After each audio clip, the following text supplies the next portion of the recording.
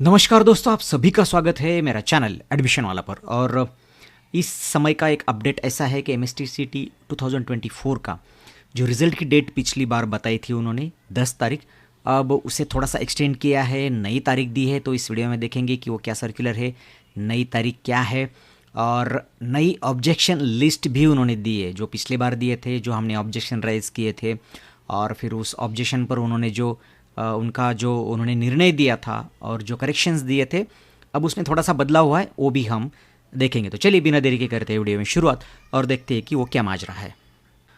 तो दोस्तों, सीटी सेल के साइट पर आपको दिखाई देगा कि अभी अभी उन्होंने बताया है कि एमएसटी सीटी 2024 दोनों ग्रुप की रिज़ल्ट या 19 तारीख या फिर उसके पहले अनाउंस किया जाएगा। मतलब अभी जो 10 तारीख थी वो तो टल गई होगी और फिर 10 से 19 के बीच में अब रिज़ल्ट लगने वाला है। और उसका रीज़न यही मेन है कि रिवाइज नोटिस जो ऑब्जेक्शन ट्रैकिंग की थी, उन्होंने जो ऑब्जेक्शन का सॉल्यूशंस दिया था उसमें थोड़ा सा बदलाव उन्होंने किया है और वो भी हम देखेंगे कि उन्होंने इसमें क्या बदलाव किया है।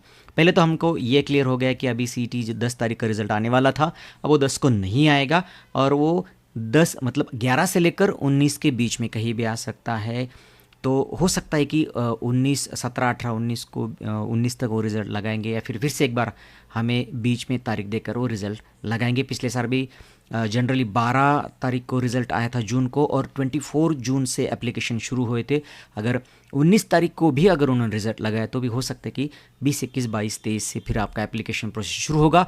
और हमने पिछले वीडियो में जो देखा था टेंटेटिव शेड्यूल, तो वो फिर पूरी तरह से बदलेगा। अब जैसे ही कोई अपडेट आएगा तो मैं आप तक उसे पहुंचाने की ज़रूर कोशिश करूंगा। देखेंगे कि पहला जो ये उनका नोटिस था और इस नोटिस में उन्होंने हमें ये स्पष्ट रूप से बताया था कि कितने ऑब्जेक्शंस उनको प्राप्त हुए थे, वो तो सही है, लेकिन उन्होंने जो यूनिक क्वेश्चंस आईडी के सॉल्यूशंस दिए थे वो कुल पिछले इसमें थे कुल 47।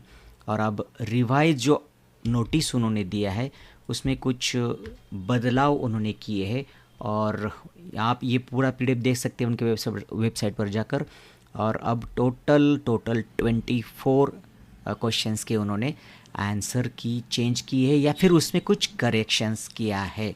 तो 47 के अगेंस्ट हमें 54 क्वेश्चंस के आप या फिर जो यूनिक ऑब्जेक्शंस थे उनका सॉल्यूशन दिया है। किसी को फुल मार्क्स अवार्ड किए, किसी के आंसर की चेंज किया। आप वो देख लीजिएगा मैच करके कि जो भी आपसे रिलेटेड है वो कौन सा है, तो उसमें आप आपके या फिर अभी रिवाइज जो आपके मार्क्स कैलकुलेट होंगे तो उसके अनुसार होंगे।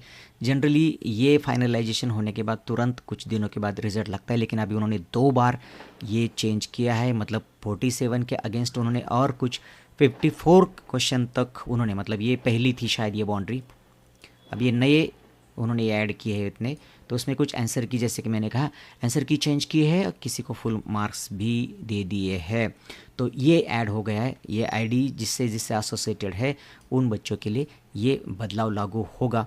तो यहाँ पर भी स्टूडेंट्स के मन में फिर संदिग्धता आ जाएगी कि इस समय उन्होंने इनको कंसिडर क्यों नहीं किया था, अब उन्होंने फीस रिवाइज लगा दी है तो फिर रिज़ल्ट पर भी इसका ज़रूर असर होगा और फिर उसकी वजह से थोड़ा सा रिज़ल्ट में उन्होंने डिले कर दिया है और रिज़ल्ट की नई तारीख हमें उन्होंने यहाँ पर बता दी गई है। तो दोस्तों, हमने इस वीडियो में देखा कि रिज़ल्ट की नई डेट अनाउंस की गई है। 19 तारीख तक हमारा रिज़ल्ट आएंगे, 19 को ही नहीं उसके पहले भी आ सकता है 2-3 दिन।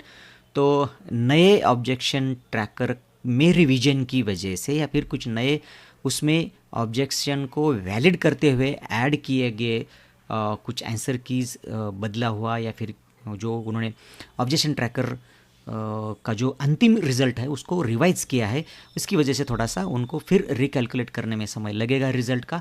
तो इसी वजह से फिर से रिज़ल्ट में थोड़ी सी देरी हो सकती है। 10 तारीख को रिज़ल्ट नहीं आएगा, इंस्टेड ऑफ उसके ये रिज़ल्ट आएगा 19 के पहले या फिर 19 तक। हम ये कह सकते हैं कि 19 तक रिज़ल्ट आएगा, यही फाइनल है। चलिए अगले वीडियो में डिस्कशन करेंगे कि अगर आपने सीटी नहीं दिए हैं उस कंडीशन में भी आप महाराष्ट्र के एमएसटी सिटी के अंदर आने वाले कॉलेजेस में एडमिशन ले सकते हैं। क्या है वो रास्ता, और वो हर किसी के पास नहीं होगा, लेकिन कई ऐसे स्टूडेंट्स होंगे उनको ये पता भी नहीं होगा। तो हम उस पर बात करेंगे अगले वीडियो में। रुकते यहाँ पर, फिर मिलेंगे किसी नए वीडियो में। तब तक के लिए नमस्कार, शुभ रात्रि।